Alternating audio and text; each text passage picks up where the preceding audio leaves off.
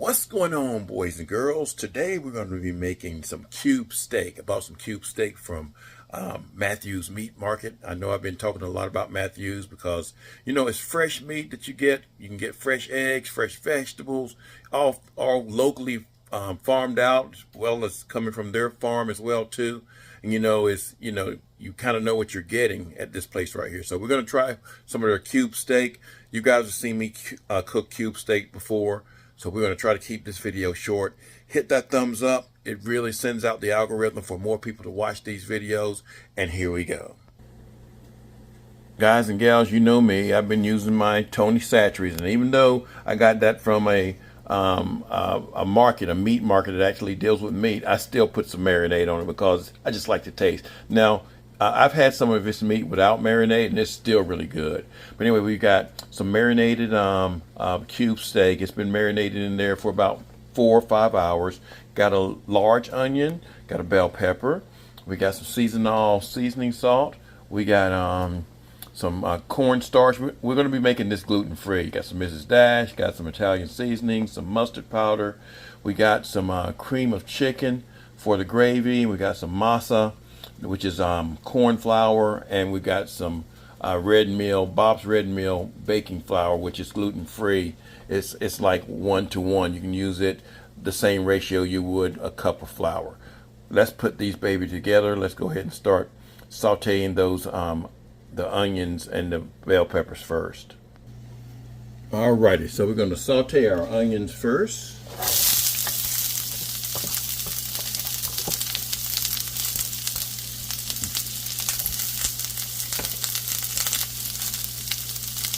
And we're going to follow it up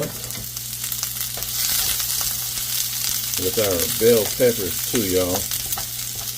This is just going to give our cube steak a lot of flavor when we make that gravy. Let's get our bell peppers in there. You know, I thought I was going to put some mushrooms in here. I don't know if I have any mushrooms, but mushrooms would go very good with this right here. I'll check and see if I have any mushrooms. I don't think I do. I think I used that with the oxtails I made the other week. Anyway, we're gonna saute these for about 2 to 3 minutes until they're glistening, and then we're gonna take them off the heat, and then we're gonna fry up our cube steak. Alrighty, after about 2 or 3 minutes, they should be nice and glistening like this.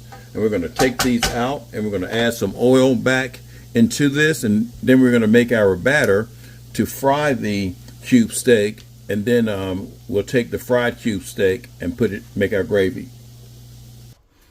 All right, guys, so I did leave a couple of things off. We are going to have to use some eggs in this, and these are farm fresh. That's why you see they're kind of dirty looking. So they're farm fresh eggs, fresh out of the chicken. Chicken probably had these a couple of days ago. I don't know that for sure, but probably within the week. And some beef broth as well too. And we're basically going to take some of our, about a cup of our flour, and we're just going to eyeball this, y'all. Cup of our flour.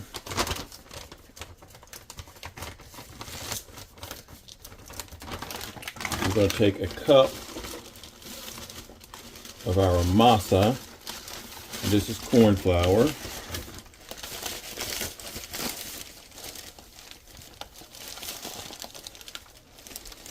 Cup of that.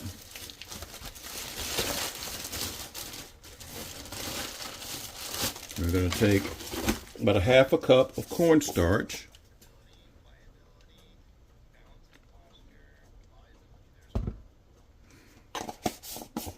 And we're going to take a couple of eggs.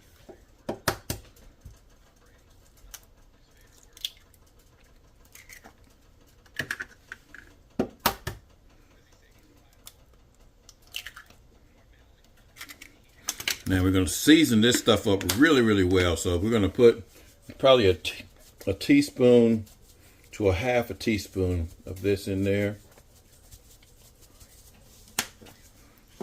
You cannot under-season that. Well, you could, I guess, but I'm going to put some Mrs. Dash in there, about a teaspoon of that in there. put some mustard powder. This mustard powder, I know y'all see me use this a lot, but mustard really gives it a little kick, you know, just a little twang is what you want to call it. Then we're going to put some Italian seasonings in there. And we're going to put about, well, sometimes I just take that little sprinkler thing off and just pour some in there. That's probably about a tablespoonful. Again, you can't over season this stuff, y'all. Because then we're going to give it a mix. Give it a nice, let's go ahead and add a little bit of beef broth. Since we're using beef, we're gonna put beef broth in here, y'all, since we're cooking beef. And you're gonna get this until you get the consistency of batter. So that's not gonna be it. We're gonna add it here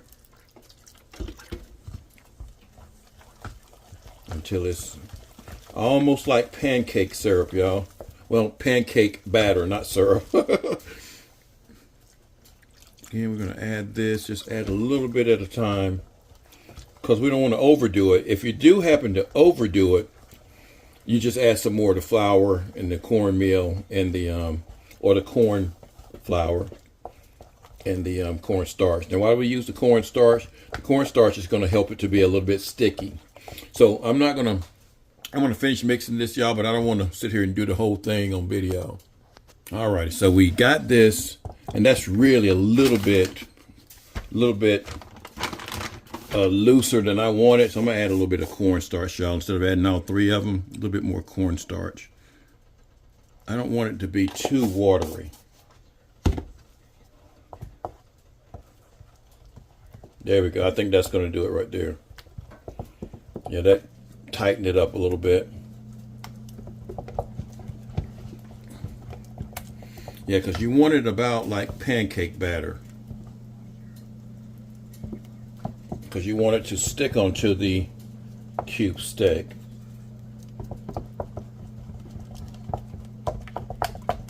All right, so now we're gonna take out our cube steak and gonna add it to this right here.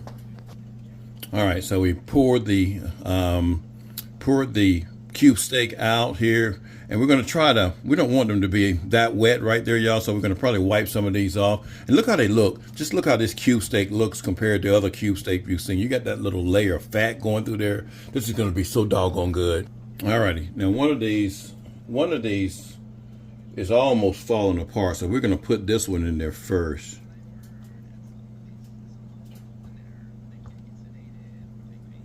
And we're just going to, we're going to let this drain a little bit here before we put it in the oil. Because this one is falling apart. The rest of them are not falling apart like that one was. So we're going to put the rest of them in there. And then we're going to finish these up, guys, and we'll come right back when we get ready to douse these in the grease. All right, so we're going to add in our cube steak here. And we're going to get the little afflicted looking one here.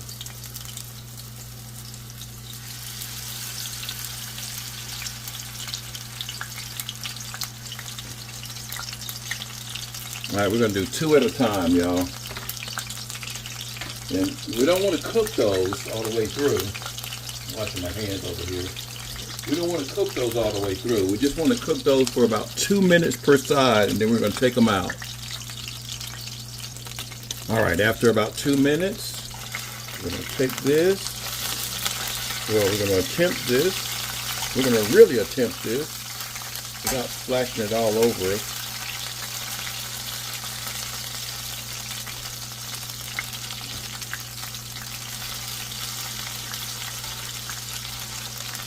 But that one's kind of falling apart there.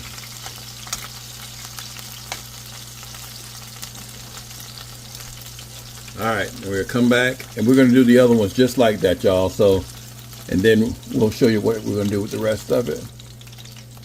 All right, so we're gonna remove these from the oil. Gonna put our other two in there. And see, we're probably not going to be using this grease to make the the gravy this time. We're going to be doing the gravy a little bit differently, y'all, just so it's not so oily. Still going to be good. Okay, guys and gals, we're going to take about a cup to a cup and a half of that beef broth that we had. We're going to add about 2 tablespoons of our cornstarch in here. Gonna give it a nice little twist here.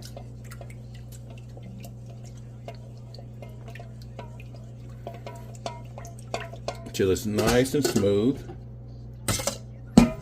We're gonna take some cream of chicken soup. Now this still has a little bit of oil in there, y'all, so don't worry about that. And we're just going to add our cream of chicken, if we can get it out. Get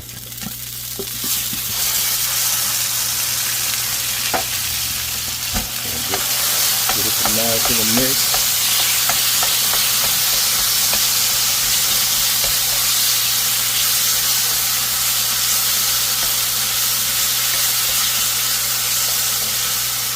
And then we're going to add our beef broth with the cornstarch in there. And just keep mixing this until it gets smooth, y'all. There's going to be some really good gravy.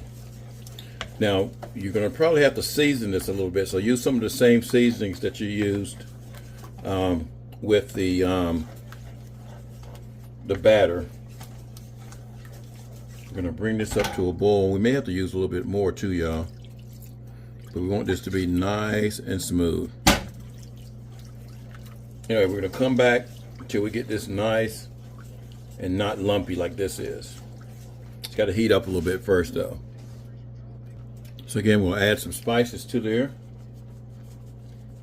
And we're probably going to have to put some more beef broth in this, y'all, to make it not as thick as it is. Oops, we don't want to do that. I'm going to add some Mrs. Dash in there. Add some of this Italian seasoning.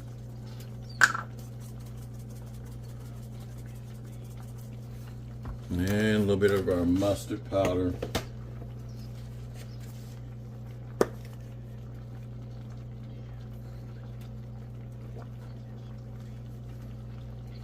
Now, you could add water to it too, y'all, but since we're using beef broth, we're going to keep on using the beef broth because we don't want this to be this thick right here. So add a little bit of beef broth to it. So just make sure you have enough beef broth. Again, you can use water in it too. And we're going to get this nice and smooth. This is going to be some really good gravy, y'all. You're just going to thicken it up here. So we'll come back once it's almost done, then we'll add our meat to it. All right, so now we're going to add our meat back here, y'all.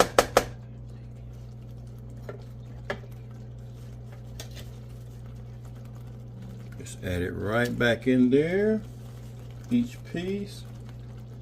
This is going to be so doggone good. So doggone good. And then you're also going to add your vegetables back in.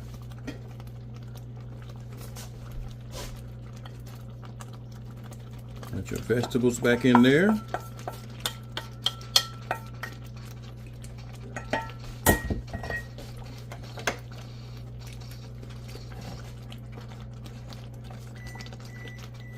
Turn this heat down, y'all, and we're just going to let this simmer for about 10-15 minutes or so.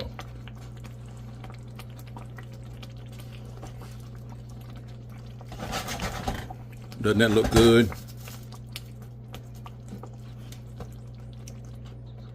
All right, we're going to let that simmer. And let that simmer again for about 10 or 15 minutes. Then we'll come back. Alrighty, y'all, there you have it. This is going to be so good. That's the old jacked up one right there, the one that was falling apart. But it's still going to be just as good as the one that held together. So I hope you guys enjoyed this video. Like, share, comment on the video, hit that little thumbs up. Doesn't cost you any money to just put the thumbs up. It just sends that algorithm out so more people can see this video. And you guys have a great day. Peace. Alrighty, y'all. So we paired this cube steak with some mashed cauliflower and some Brussels sprout casserole. I put mine on top because I know I'm going to eat my cube steak with my I can't talk today, with my cauliflower. Now you can use potatoes too, guys. So just however you want to make yours. If you want to use potatoes instead of cauliflower, we're just kind of doing the low carb thing here today. So that's what it looks like, y'all. Peace.